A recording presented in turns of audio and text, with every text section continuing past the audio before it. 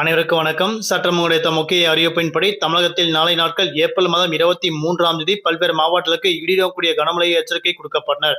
அதன்படி எந்த மாவட்டங்களுக்கு கனமழை பெய்யக்கூடும், என்ன முக்கியமான அறிவிப்புகள் தற்போது வெளியாகிறது எல்லாமே இப்ப நம்ம பிரீஃபா பார்க்கலாம். மறக்காம ஸ்கிப் பண்ணாம பாருங்க. உங்களுக்கு கனமழை எச்சரிக்கையான பல்வேறு முக்கிய அறிவிப்புகள் பற்றி பல முக்கிய அறிவிப்புகள் உடனுக்குடன் துல்லியமாக தெரிந்து கொள்ள நம்மளோட சேனலை கீழே இருக்கிற பட்டனை கிளிக் பண்ணி சப்ஸ்கிரைப் பண்ணிக்கோங்க. பக்கத்துல பெல் பட்டனை கிளிக் பண்ணிக்கோங்க. இந்த வீடியோ உங்களுக்கு பிடிச்சிருந்தா லைக் பண்ணுங்க. இப்போ வாங்க வீடியோக்குள் போகலாம். தமிழகத்தில் கடந்த சில நாட்களாக வெயிலின் தாக்கம் அதிகரிக்கப்பட்டாலும் அடுத்த சில நாட்களுக்கு மழையின் தாக்கம் தொடரும் தற்போது மிக முக்கியமான அறிவிப்பு ஒன்று கொடுக்கப்பட்டனர். அதன்படி வடக்கு தமிழகம் மற்றும் அதனையொட்டிய பகுதியில் மேலும் வளிமண்டல கிழக்கு சுழற்சியின் காரணமாக சுமார் 0.9 கிலோமீட்டர் உயரத்தில் மரத்வாடா முதல் குமரிடல் வரை உள் கர்நாடகா, ராயலசீமா மற்றும் தமிழகம் வழியாக ஒரு காற்றழுத்த தாழ்வு பாதை நிலவுவதாக அறிவிக்கப்பட்டனர். இதன் காரணமாக மார்ச் மாதத்திற்கு பிறகு ஏப்ரல் மாதம் பல்வேறு மாவட்டங்களுக்கு கனமழைக்கான எச்சரிக்கை கொடுக்கப்பட்டனர்.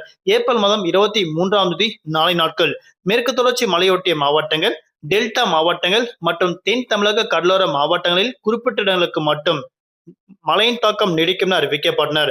புதுவை, காரைக்கால் ஆகிய பகுதிகளுக்கும் குறிப்பிட்ட இடங்களுக்கு மட்டும் மிதமான மழை பெய்யக்கூடும். ஏனைய தமிழகம் மற்றும் புதுவை, காரைக்கால் ஆகிய பகுதிகளில் பெரும்பாலும் வறண்ட வானிலை நிலவக்கூடும் அறிவிக்கப்பட்டனர்.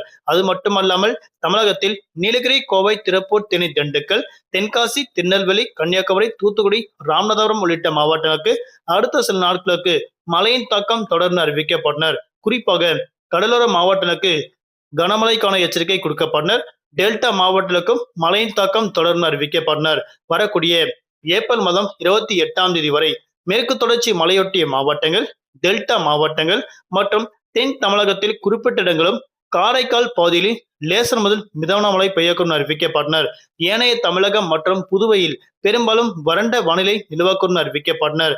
அது மட்டுமல்லாமல் தமிழகத்தில் அதிகபட்சமாக காலை 11 மணி முதல் மாலை 4 மணி வரை இயல்பை விட கூடுதலாக 2 முதல் 3 டிகிரி செல்சியஸ் அளவுக்கு வெயிலின் தாக்கம் படிப்படியாக அதிகரிக்கக்கூடும் தற்போது அறிவிக்கப்பட்டனர். தமிழகம் மற்றும் புதுவை, காரைக்கால் ஆகிய பகுதிகளில் குறிப்பிட்ட மாவட்டங்களுக்கு மட்டும் வெயிலின் தாக்கம் உச்சத்தில் இருக்கும் என அறிவிக்கப்பட்டனர். குறிப்பாக நாளை நாட்கள் தலைநகர் சென்னை பொறுத்தவரை வானம் ஓரளவு மேகமூட்டத்துடன் காணப்படும். நகரின் குறிப்பிட்ட பகுதிகளுக்கு மட்டும் மிதமான மழை பெய்யக்கூடும். அதிகபட்ச வெப்பநிலையாக 38 முதல் குறைந்தபட்ச வெப்பநிலையாக 27 டிகிரி செல்சியஸ் வரை இருக்கக்கூடும் தற்போது அறிவிக்கப்பட்டனர். தமிழகத்தில் அடுத்த சில நாட்களுக்கு பிறகு பெரும்பாலும் வரக்கூடிய மே மாதங்களில் 2 முதல் 4 டிகிரி செல்சியஸிற்கு வெயிலின் தாக்கம் படிப்படியாக உச்சத்தில் இருக்கும் என அறிவிக்கப்பட்டனர். அது மட்டுமல்லாமல் சூறாவளி காற்று மட்டுமே இல்லாமல் வெப்ப அலை வீசக்கூடும் என அறிவிக்கப்பட்டனர். ஆகையால் மக்கள் அத்தியாவசிய தேவைகளுக்கு மட்டுமே வெளியே செல்லுமாறு தற்போது அறிவிக்கப்பட்டனர். நன்றி, வணக்கம்.